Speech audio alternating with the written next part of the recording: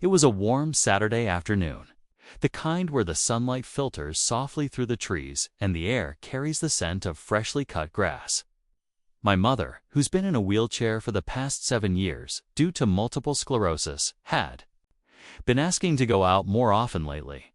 She loved being outside, watching the birds, feeling the breeze on her face, hearing children laugh in the distance. For her, those little things were like a breath of fresh life. I had the day off, so I loaded her wheelchair into the car and took her to our local park, a peaceful place with paved walkways, shaded benches, and a duck pond she absolutely loved. It was the first time in a while that she seemed genuinely excited. Even though her disease had slowed her body, her spirit was still sharp. And her smile that day reminded me of better times. We arrived, parked the car, and I helped her into the wheelchair. She adjusted her blanket over her legs. She always got cold, even when it was warm out, and I pushed her toward the walking path. She greeted nearly everyone we passed with a polite smile or a soft hello. A few people even stopped to chat, asking how she was doing. My mom had a way of making strangers feel like old friends, even in a passing moment. We made our way toward the pond, stopping to watch a group of kids feeding ducks. My mom reached into her purse and pulled out a bag of old crackers she had brought just for this. I crouched down to feed a few ducks myself when I noticed a woman a few yards away staring at us. She had that distinct Karen look, stacked blonde bob, oversized sunglasses, and the unmistakable aura of judgment. At first, I brushed it off. Maybe she was just watching the ducks too.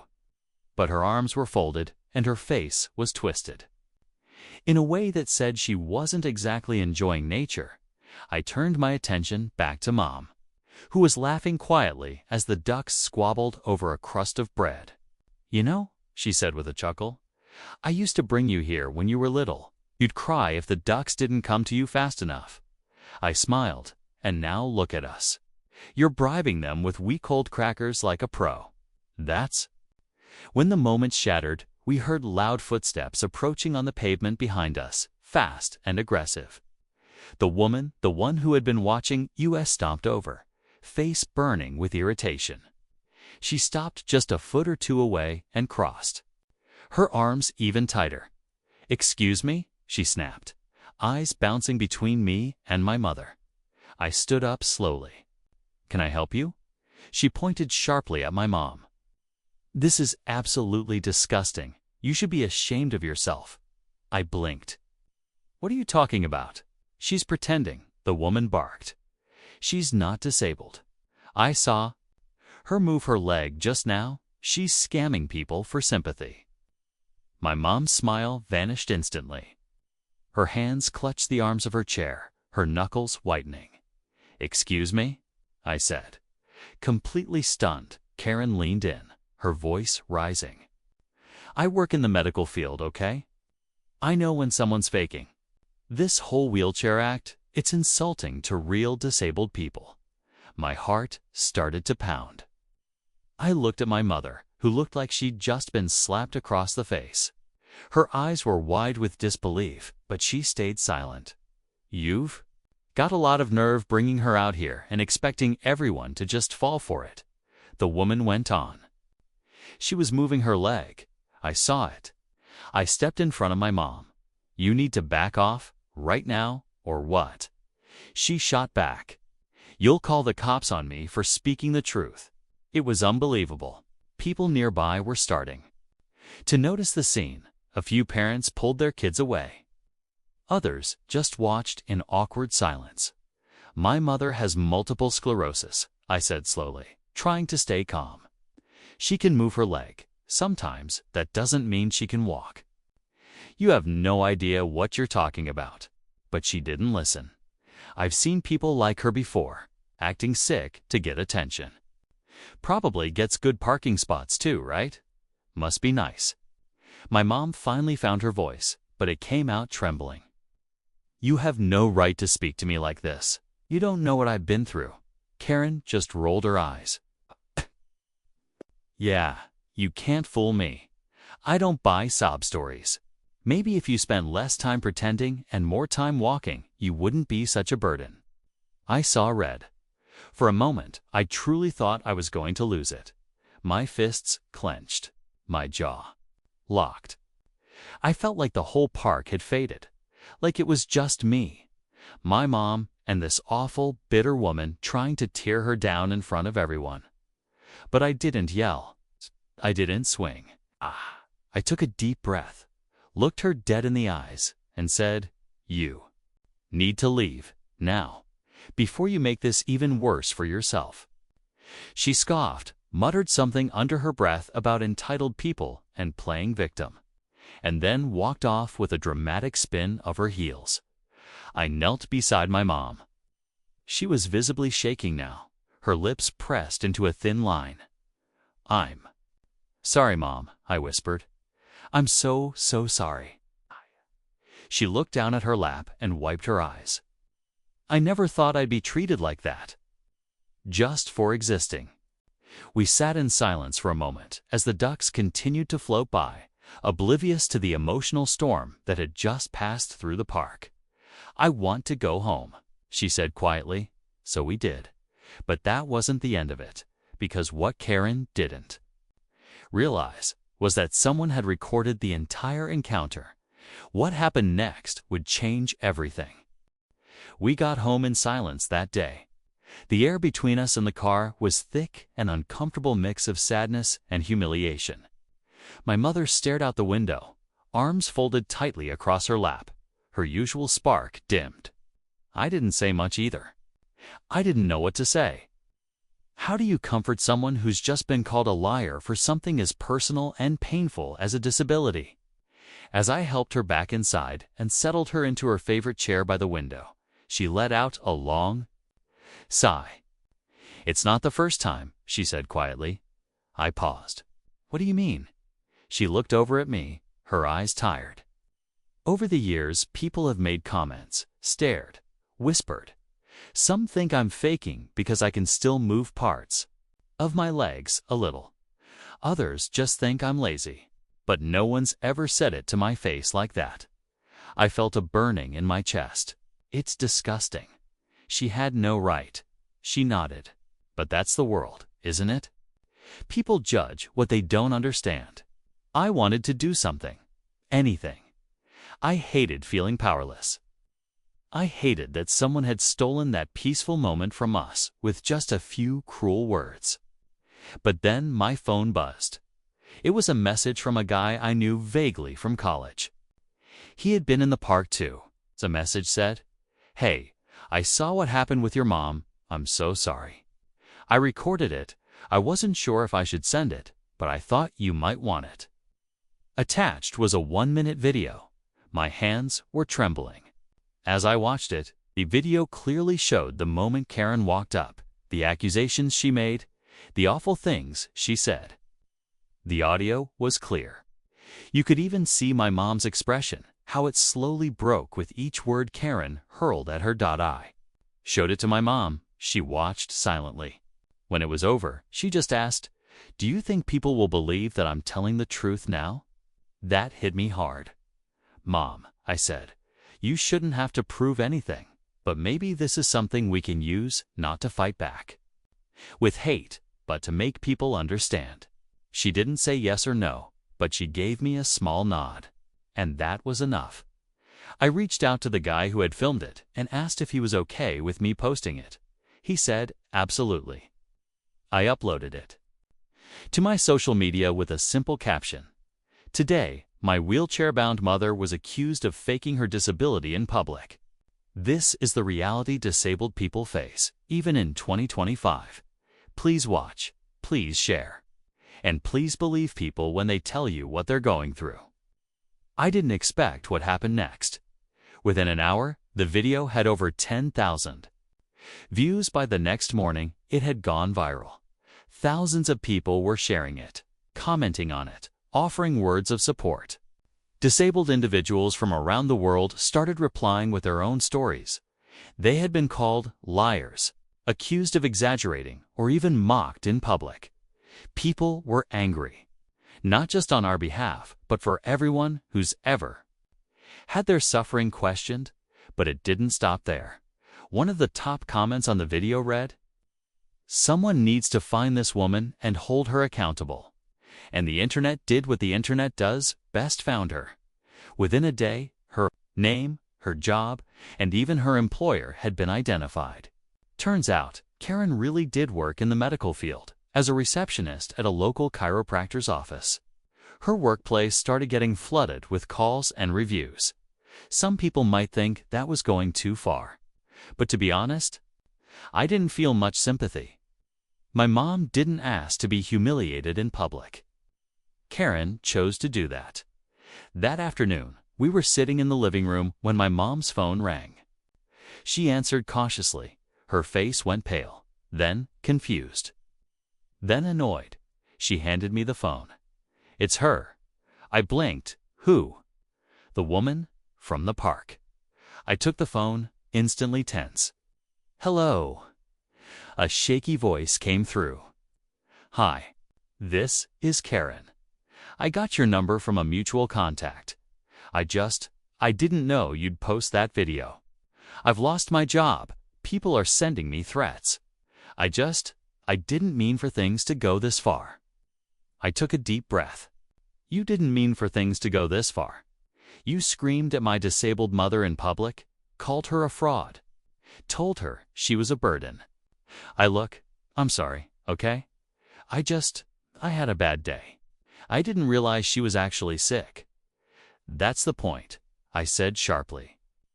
"You didn't ask, you assumed, and then you attacked." There was a pause. "Please, can you take the video down?" I looked at my mom. She had heard everything. Her face was unreadable. I covered the phone. "What do you want me to do?" She shook her head. "Leave it up. People need to see the truth." I nodded. "No, we're not taking it down. Maybe next time you'll think before you speak." I ended the call. That night, my mom smiled for the first time in days. "It's not just about me anymore," she said. "It's about everyone who's ever been doubted. Maybe this will make people think twice." And I knew she was right. But things weren't over just yet, because what happened next was something even we didn't see coming. The video continued to circulate for days. My phone buzzed nonstop messages from strangers, friends, journalists, even advocacy groups. Some asked if they could interview my mom. Others wanted to share the story across their platforms. The world, it seemed, had taken notice. But while the online reaction was one thing, what happened in real life just a few days later was something else entirely. It started with a knock at the door. I opened it to find a young woman, maybe in her late 20s, standing nervously on our porch. She was holding a folder and wore a press badge clipped to her sweater. "Hi," she said, adjusting her glasses. "I'm Sophia Lane with Channel 5 News. Is this the Robert residence?" I hesitated. "Yeah, that's us." She gave a small smile. "I know this might be sudden, but we'd really like to do a segment on what happened at the park. Not just about the incident, but about your mother's story. Would she be open to that?" I looked back at Mom, who had been sitting by the window again, a crocheted blanket covering her legs. She looked at me, and I could see the hesitation in her eyes. Public attention had never been something she wanted, but this was different. This wasn't about attention. This was about awareness. After a quiet moment, she nodded. "Okay," I told the reporter. "Let's do it." The next morning, the news team came by with their equipment. They were kind, respectful, and gentle in how they approached Mom. They asked her about her life before MS, how she used to be a school teacher, how she was the one always organizing field trips, always walking kids to class. They asked about the diagnosis, about how things changed slowly at first and then all at once. And finally, they asked about that moment in the park. She answered calmly, with dignity. No bitterness, just facts. She even said something that stuck with me long after. I don't want people to hate her. I just want people to stop assuming they know what someone else is going through. The segment, aired that night, was only 5 minutes long, but it made waves. The station titled it, "Woman in Wheelchair, Shamed in Public Sheds Light on Invisible Battles." Thousands more people saw it. Local organizations started contacting disability awareness groups, support networks, even city officials, who wanted to promote better education on invisible and chronic illnesses. What had started as a painful encounter in the park was turning into something meaningful. But the biggest shock came a week later. We were back at the park. My mother wanted to reclaim it.